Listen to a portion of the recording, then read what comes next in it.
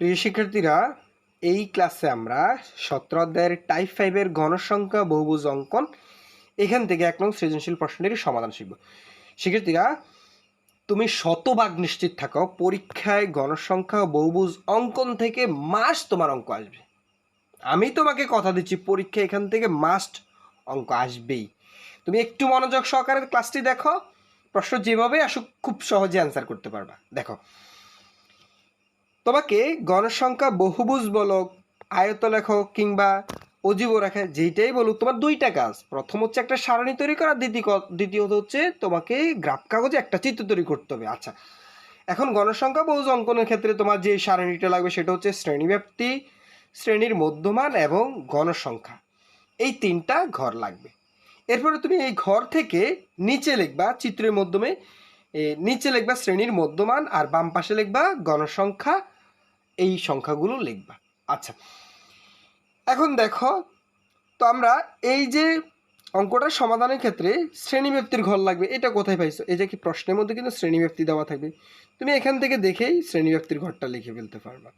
এরপর কি লাগবে? গণসংখ্যার ঘর লাগবে, তুমি এখান থেকে দেখে গণসংখ্যার ঘরটাও লিখে ফেলতে পারবা। শুধুমাত্র তোমার শ্রেণীর মধ্যমান যেটা, এটা একটু কষ্ট করে বের করতে হবে। এটা কিভাবে বের করতে হবে এটা স্যারে তোমাদেরকে একটু দেখিয়ে দিচ্ছি। সেক্ষেত্রে ক্লাসটি ভালো লাগলে অবশ্যই একটা লাইক করবা, আর যারা আমাদের এই চ্যানেলে নতুন অবশ্যই চ্যানেলটি সাবস্ক্রাইব করে আমাদের সাথেই থাকবা। হ্যাঁ, দেখো শ্রেণীব্যাপ্তিগুলো আমরা তো এখান থেকে লিখে ফেলছি আর গণসংখ্যা তো লিখে ফেলছি। এখন মধ্যমানটা কিভাবে?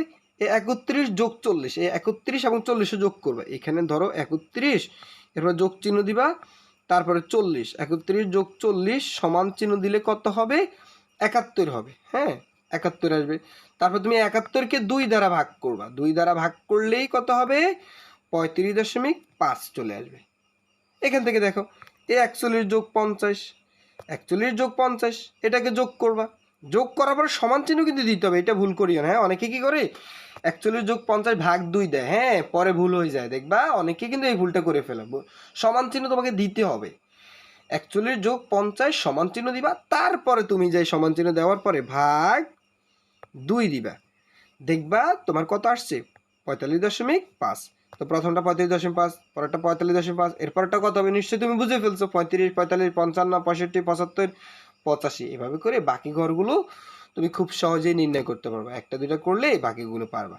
আচ্ছা, তাহলে আমাদের কাজ ছিল তিনটা, যে শ্রেণীব্যাপ্তির ঘর, গণসংখ্যার ঘর এবং মধ্যমান। এই তিনটা ঘরে আমরা কীভাবে বের করতে এইটা বুঝে ফেলছি। এখন এই ঘরটা ব্যবহার করে আমরা এই এই ঘনসংখ্যা বহুভুজের এই চিত্রটা অঙ্কন করব। তো আমি তো প্রথমেই বলে দিয়েছি নিচে তোমাদের শ্রেণীর মধ্যমানগুলো লাগবে। আচ্ছা, শ্রেণীর মধ্যমান কোথায় পাইছে? এই যে তোমরা যদি একটু লক্ষ্য করো, এই জায়গাটাতে শ্রেণীর মধ্যমানগুলো আমরা নিচে লিখব আর বাম পাশে লিখব ঘনসংখ্যাগুলো। আচ্ছা, এখন ওই আগের নেই আমরা অন্যান্য চিত্রগুলো যেভাবে তৈরি করছি, এখানে তুমি একটা দাগ টানবা, এভাবে এই জায়গাতে একটা দাগ টানবা, এইটাকে দিবা তুমি x অক্ষ, আবার এই বরাবর তুমি একটা দাগ টানবা, হ্যাঁ এই বরাবর একটা দাগ টানবা, এইটাকে তুমি দিবা y অক্ষ, ঠিক আছে, একটা x একটা y। তারপরে তুমি নিচে ওই যে এখান থেকে দেখে দেখে এই শ্রেণীর মধ্যমানগুলো লিখবা। তবে তার আগে তুমি এখানে একটা দাগ টেনে নিবা, টেনে এখান থেকে শুরু করবে না। অনেকে কী করে এই ভুলটা এখান থেকে করে, না তুমি এই 25.5 এটা থেকে না, অঙ্কটা এখান থেকে না, এটা মুছে দিচ্ছে স্যার। হ্যাঁ, ধরো এখান থেকে না, আমাদের কিন্তু মধ্যমান তুমি দেখো মধ্যমান থেকে শুরু করবো। মধ্যমান কত? সবার আগে কত? 35.5, তাই না?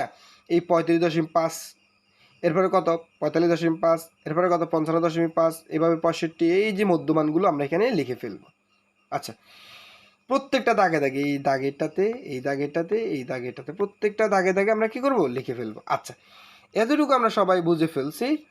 এখন এই মধ্যমান বরাবর এই যে 35 বরাবর কত আছে দেখো তো, গণসংখ্যা কত? 4। তাহলে তুমি 4 গুনবা। হ্যাঁ, তুমি চাইলে এই বরাবর দিতে পারো, তুমি ঘরগুলো গুনবা, যেখানে ছোট ছোট ঘর দেওয়া আছে, একটা ঘর, দুইটা ঘর, তিনটা ঘর, চারটা ঘর, এই বরাবর এখানে একটা বিন্দু দিবা, তুমি ঘর গুনবা। হ্যাঁ, অথবা তুমি দুইটা এক গুনবা, দুইটা ঘর, মানে এক একরের জন্য 2 ঘর, এইভাবে চিন্তা করতে পারো। অথবা স্যারে যেভাবে দেখাচ্ছি একটা ভাবে করলে সব। হ্যাঁ, এইভাবে তুমি 2 ঘরকে চিন্তা করবে এক, মানে দুইটা ঘর গুনবে, এক, আবার দুইটা ঘরকে মনে করবে আর 1 2, আবার দুইটা ঘরকে এক গণ 3, আবার দুইটা ঘরকে এক গণ 4, তাহলে কত? 1 2 3 4, যেভাবেই সমস্যা না, তুমি তোমার নিজের মতো করে চিত্রটা তৈরি করো। আচ্ছা আমরা দুইটা ঘরকে এক ধরলাম, এভাবে করে গুনতেছি। তো 4, 35 বরাবর 4, এরপর 45 বরাবর কত, 45.5, এই বরাবর কত 6।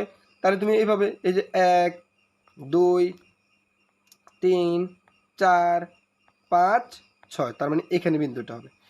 হ্যাঁ, এভাবে 55 বরাবর কত, 55 বরাবর হচ্ছে 9, তুমি এখানে একটা বিন্দু দিবা, ঠিক আছে, গুনবা। হ্যাঁ, তুমি যদি স্যার আমি যদি একটা ঘরকে এক একক ধরি, কোনো সমস্যা নেই, তোমার নিজের মতো চিত্রটা অ্যাকুরেট হইলেই হবে।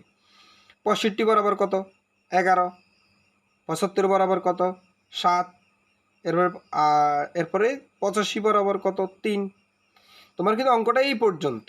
হ্যাঁ, এই পর্যন্ত তুমি পরীক্ষাতে তারপরে কী করো, এই বিন্দুগুলো যোগ করে দিবে, এই বিন্দুগুলো যোগ করে দিবে। হ্যাঁ, এগুলো যোগ করে দিবে, স্কেল দিয়ে যোগ করবে।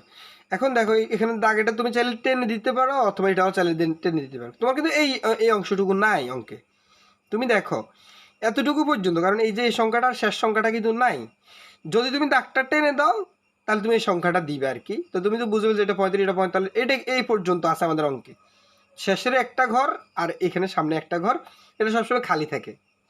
তো তুমি চাইলে দিয়ে এটা যদি এটা 45, এটা 35, এটা তাহলে কত হবে 25, তাহলে তুমি চাইলে দিতে পারো এখানে 25, এটা 85 পর্যন্ত শেষ, তুমি চাইলে এটা দিতে পারো। তবে দিয়ে তুমি এটা তাহলে যোগ করে দেবে, এভাবে যোগ করে দেবে। হ্যাঁ, তো এইভাবেই আমরা কি করব, আমাদের গণসংখ্যা বহুভুজটা অঙ্কন করব। মনে রাখবা, বাম পাশে গণসংখ্যাগুলো থাকবে আর ডান পাশে শ্রেণীর নিচে যেটা, সেটা হচ্ছে শ্রেণীর মধ্যমান। আর তোমাকে এই সারণীটা তৈরি করতে